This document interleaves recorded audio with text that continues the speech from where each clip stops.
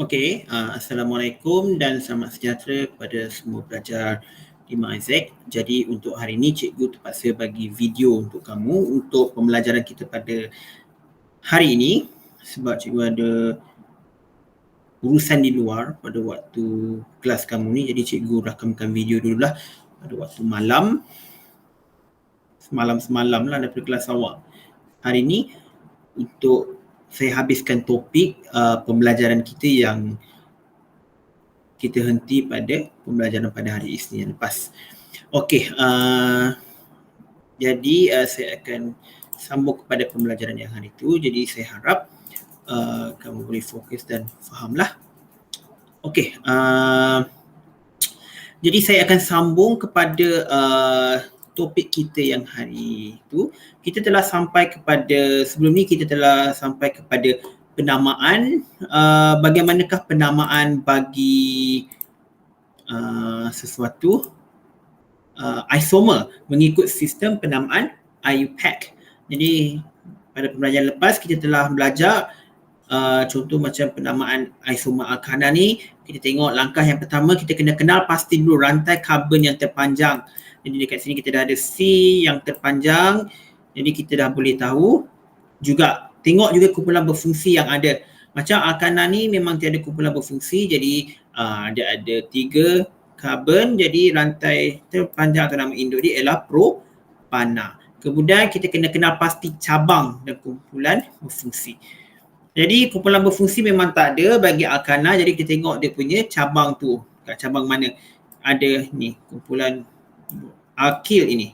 Ada 2. Jadi kita tengok pada karbon yang nombor 2, jadi kita dah tahu ada kumpulan alkyl. Dan nomborkan atom karbon pada rantai terpanjang dari satu hujung supaya kita dapat nombor terendah bagi alkana dan juga kumpulan berfungsi yang terendah bagi alkena. Kalau macam alkena kita tahu tengok dia ada kumpulan karbon, bukan kumpulan karbon, kumpulan double bond. Jadi kita kira daripada sini 1, 2, 3, 4. Setelah kita dah tengok ini dan barulah kita tengokkan kedudukan, nama cabang serta kumpulan berfungsi. Kita tahu ada 2 kumpulan metil tadi. 1, 2. Kemudian kedudukan kumpulan metil pada karbon nombor 2 memang kita tengok dia pada karbon yang ini. Jadi bila kita buat penamaan dan kita dapat buat imbuhan diperoleh daripada nama dan kedudukan cabang, kita dapat 2 dimetil. Dan akhirnya kita akan dapat penamaan dia di mana akhiran dia peroleh daripada siri homolog iaitu ana. Jadi kita dapat 2 dimetil propana. Itu bagi alkana. Tapi bagi alkena tadi kita tahu dia ada metil pada karbon nombor 3. Ini 1, 2, 3. Ni metil ni ada karbon nombor 3. Jadi kita dah dapat nama imbuhan 3 metil dan apabila kita buat penamaan kita akan dapat 3 metil but 1 ena. But 1 ena ni datangnya daripada ni sebab ada double bond pada karbon nombor 1. Itu ialah yang telah kita belajar pada pembelajaran yang lepas. Okey, jadi kita masuk pada isomer bagi alkana, alkena dan alkuna. Jadi rajah 2.2 ni merujuk kepada model molekul untuk isomer butana C4H0. Ini ialah model molekul bagi butana. Jadi kalau kamu lihat di sini, ini ialah metana, ini ialah etana dan ini ialah propana. Di mana metana CH4, etana C2H6 dan propana ni dia tak mempunyai isomer kerana hanya ada satu cara saja formula formula struktur molekul ini dapat dibenar dan keisomeran dalam alkana ini hanya bermula dengan butana. Sebab ini kalau awak lihat, awak letaklah H di mana-mana tetap sama. Bagi butana saja baru kamu dapat buat dia punya isomer. Sebab kita nak bagi penamaan, kita akan tengok isomer ikut panjang. Jadi kalau macam butana ni, kita boleh buat dia mungkin macam ni. C, ada C pula kat bawah ni. 1, 2, 3, 4. Tapi dia punya panjang 3 saja. Nama pun dah lain. Okey. Isomer untuk alkohol. Isomer dan siri homolog alkohol bermula dengan molekul yang punya 3 atom karbon. Jadi mulai dari 3, 4 dan seterusnya dia akan ada isomer. Kalau 2 iaitu etanol tak ada. Sama seperti alkena dan alkuna, keaisomeran dalam alkohol terdiri daripada isomer rantai dan isomer kedudukan, di mana kedudukan kumpulan berfungsi hidroksil yang berbeza. Jadi kedudukan ni mengikut pada kumpulan hidroksil ni, iaitu yang OH ni. Okey, kalau kamu lihat pada ini isomer propanol dan butanol. Bagi propanol C3H7OH, dia ada propan 1-ol dan propan 2-ol. Jadi kenapa dia 1-ol? Sebab kamu tengok pada OH ini ada pada karbon nombor 1. Ni 1, ni 2, ini 3. Jadi disebab ada pada karbon nombor 1 ini, jadi dia dinamakan sebagai propan 1-ol. Kita ada tengok dia ada 3, karbon terpanjang ialah 3, jadi ialah propanol dan datangnya 1 sebab karbon pada kumpulan hidroksil OH ni pada karbon nombor 1. Kemudian bagi yang propan 2-ol ni, kerana OH ni adalah terletak pada kedudukan karbon nombor 2 yang ini. Jadi tiada lagi dah. Kalau kita letak macam OH ni letak pada sini, tak boleh juga, dia tetap akan jadi propan 1-ol. Jadi bilangan isomernya hanya ada 2 bagi propanol. Bagi butanol, dia ada butan 1-ol, butan 2-ol, 2 metil propan 1-ol dan 2 metil propan 2-ol. Macam ini butan 1-ol kerana OH terletak pada karbon nombor 1. Bagi ini butan 2-ol kerana OH ini terletak pada karbon nombor 2. Ini 1, ini 2, 3, 4. Jadi sebab daripada karbon nombor 2, itu sebab dia adalah butan 2-ol. Bagi 2 metil propan 1-ol, kenapa dia, walaupun dia ada 4 karbon, tapi kita tak jadikan dia butan 1-ol also whatever, yang butan-butan tu. Sebabnya kita tengok pada karbon terpanjang di sini ialah ini. CCC ada 3, jadi ialah propanol. Dan kita tengok OH ini adalah terletak pada karbon nombor 1. Untuk kita tentukan karbon nombor 1 di mana, kita kena tengok dulu dia punya kumpulan berfungsi dia. Ini hidroksil pada, kita kena dapatkan nombor karbon yang paling rendah untuk kumpulan berfungsi hidroksil. Jadi ini adalah 1, ini 2, ini 3. Dan pada karbon nombor 2 ini ada kumpulan alkil iaitu metil di sini. Jadi ini 2, itu sebab kita dapat 2 metil propan 1-ol. Bagi 2 metil propan 2-ol ni, dia 2-ol kerana OH ni terletak pada karbon nombor 2. 1, 2, 3. Jadi daripada nombor 2, jadi dan dalam karbon nombor 2 ni ada juga kumpulan alkil, jadi dia akan jadi 2 metil propan 2-ol. Jadi ini 4 ini adalah isomer bagi butanol, jadi total isomer dia adalah 4. Okey. Jadi itu ialah cara penamaan, cara bagaimana awak nak menentukan isomer bagi alkohol. Seterusnya kita akan pergi pada kegunaan siri homolog dalam kehidupan seharian bagi kegunaan alkana, alkena dan juga alkohol. Okey, bagi kegunaan alkana dan alkena, di mana alkana mempunyai haba pemekaran yang tinggi, jadi dia sangat sesuai dijadikan bahan api dan bahan mentah dalam industri petrokimia. Contohnya bahan mentah industri petrokimia ni macam-macam, kita ada macam petroleum ether, banyaklah digunakan dalam makmal, dalam untuk kajian kimia organik. Biasanya kalau di UST, memang kalau kita nak buat research berkaitan dengan kimia organik ataupun macam natural product chemistry lah. Natural product ni ialah kimia semula jadi.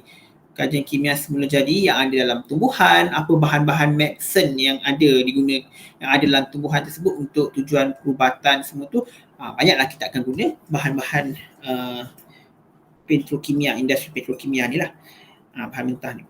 Alkena banyak juga digunakan sebagai bahan mentah dalam industri petrokimia, jadi penting semua ni.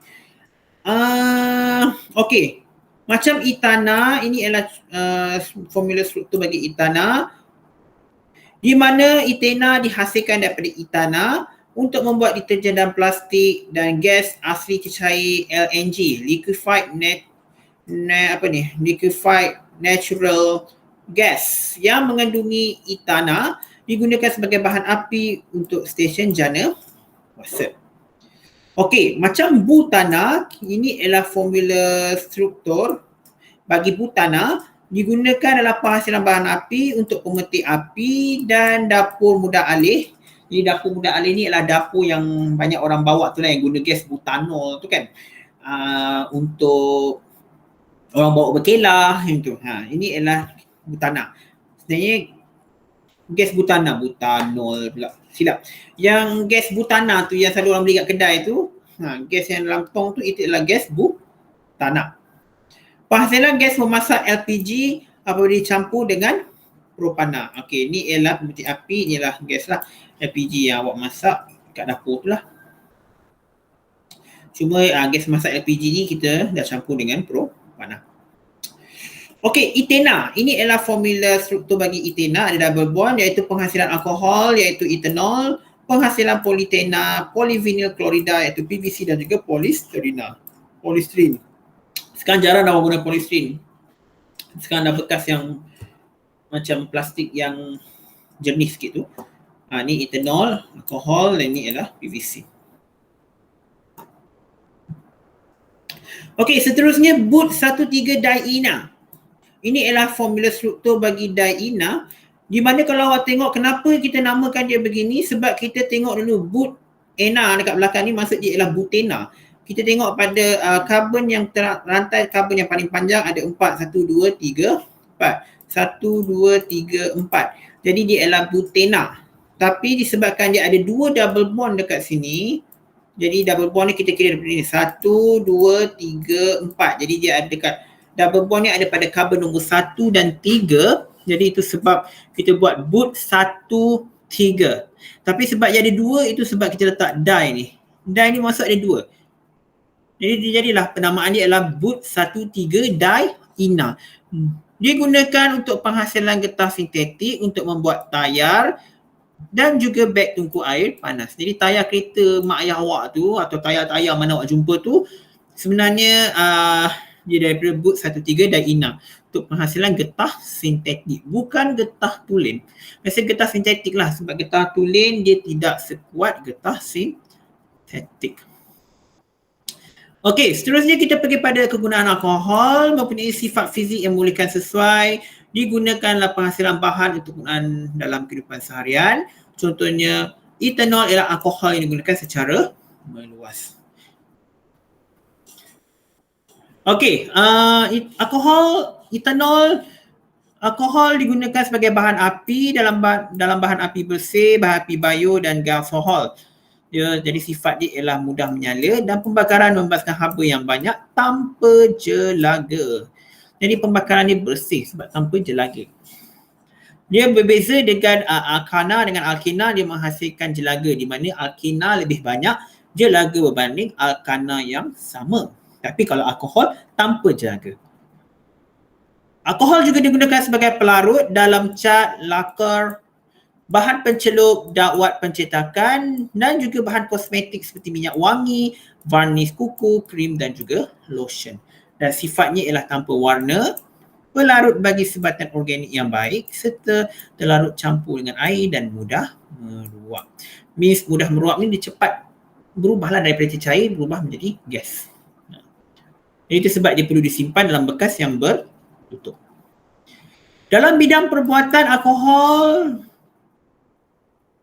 bahan mentah laputan cuka, bahan letupan dan polimer prospek dan gentian dan sifatnya ialah reaktif secara kimia. So maksudnya ialah unstable sebab dia reaktif. Dalam produk pharmaceutical iaitu lebih pada perubatan, ubat-ubatan. So dalam bidang perubatan dia merupakan antiseptik untuk suntikan, pembedahan dan penjagaan kebersihan. Jadi macam antiseptik ni adalah untuk membunuh bakteria lah. Bahan kimia digunakan untuk membunuh bakteria. Biasanya digunakan bila awak cedera doktor nak bersihkan luka, kita guna antiseptik. Sama juga dalam di hospital nak cuci luka, semua kena guna antiseptik. Pelarut bagi ubat-ubatan seperti ubat batuk dan sifat alkoholnya bersifat antiseptik, pelarut organik yang baik dan mudah meruap.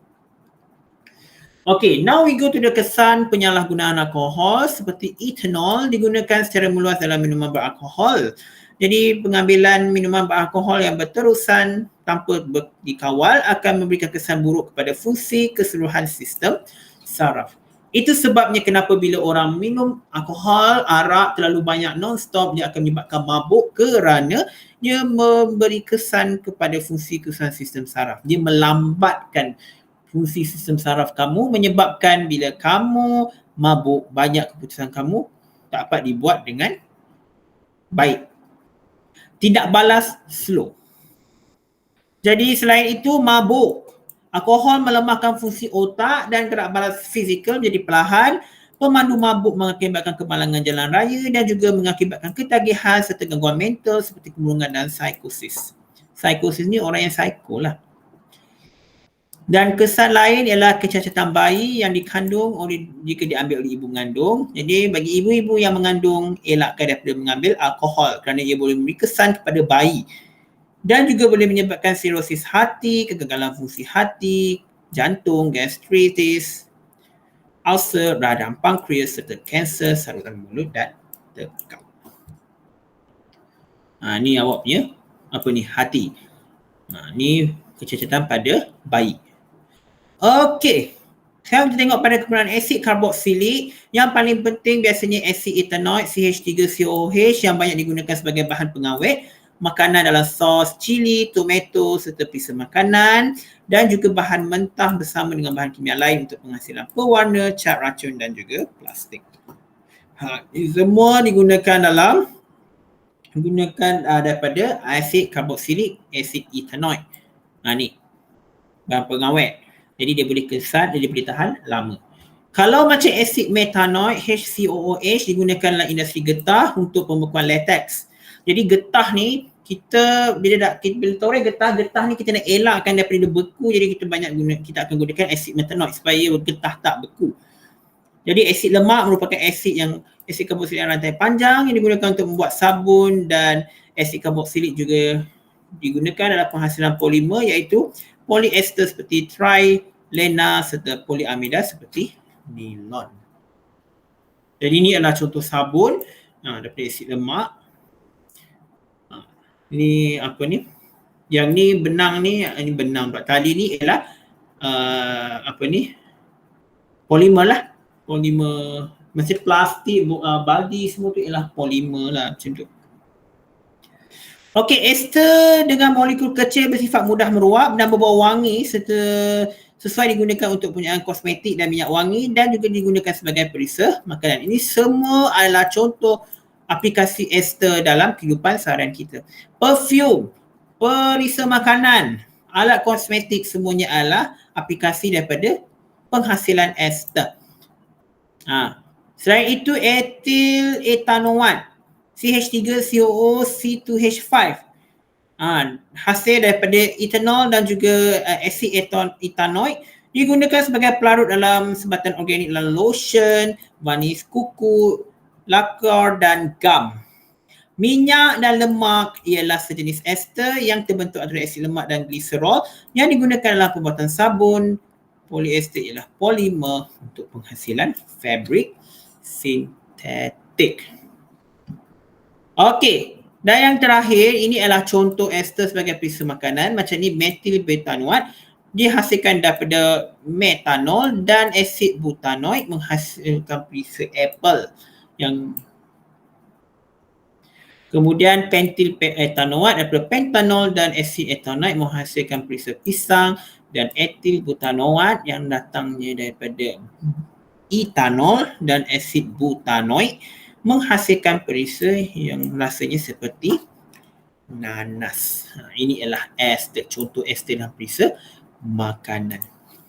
Jadi kita telah selesai untuk pembelajaran bab sebatan karbon. Jadi saya harap kamu faham. Jadi kita telah belajar hari ini tentang isomer yang ada dalam alkohol. Ya ke? No, kita bermula pada isomer yang ada pada alkana dan alkuna. Contohnya macam tadi ni. Kemudian kita belajar juga isomer untuk alkohol, macam untuk propanol, butanol dan juga kegunaan sinar homolog dalam kehidupan seharian macam alkana, kegunaan dia apa, alkena dan juga alkohol. Sama juga kita ada belajar tentang kesan penyalahgunaan alkohol, apa kesannya kepada kita, kepada ibu yang mengandung, kepada manusia. Kalau contohnya manusia ambil arak, alkohol, apa kesan dia kepada sistem saraf kita. Dan asid karboksilik juga, apa kegunaannya dalam kehidupan kita. Dalam apa, macam industri getah, semualah. Dan juga ester. Biasanya ester ni paling famous sampai bila-bila orang ingat, menghasilkan minyak wangi, bau buah-buahan yang wangi tu, buat sabun. Sabun pun wangi. Itu memang biasa orang akan ingat lah. Saya pun daripada dulu sampai sekarang, ester saya ingat kalau ester, minyak wangi, sabun. Itu dia. Okey, jadi kita telah tamat dan saya harap awak boleh ulang kaji balik bab 2 ni, iaitu bab sebatian karbon ni. Sebab saya rasa bab sebatian karbon ni adalah bab yang mudah sebenarnya. Bab yang mudah sebab dia lebih kepada kimia organik. Jadi kimia organik ni lebih kepada baca, dan kalau awak faham cara penamaan untuk isomer ni melalui sistem IUPAC, so saya rasa memang tak ada masalah. As long as you faham apa ni yang kamu baca, apa yang kamu belajar, and then everything is going to be okay. So itu saja untuk pelajaran kita pada hari ni. Jadi kalau awak tak faham, awak boleh ulang balik lah, dengar. Dan saya sarankan tolong baca balik. Sebelum nanti next class, insyaAllah kita akan masuk bab yang ketiga, iaitu thermodinamik ke, saya lupa bab apa. Nanti saya tengok balik dan tolong buat ulang kaji dan baca balik tu. Okey, itu saja untuk hari ini. Sekian, terima kasih.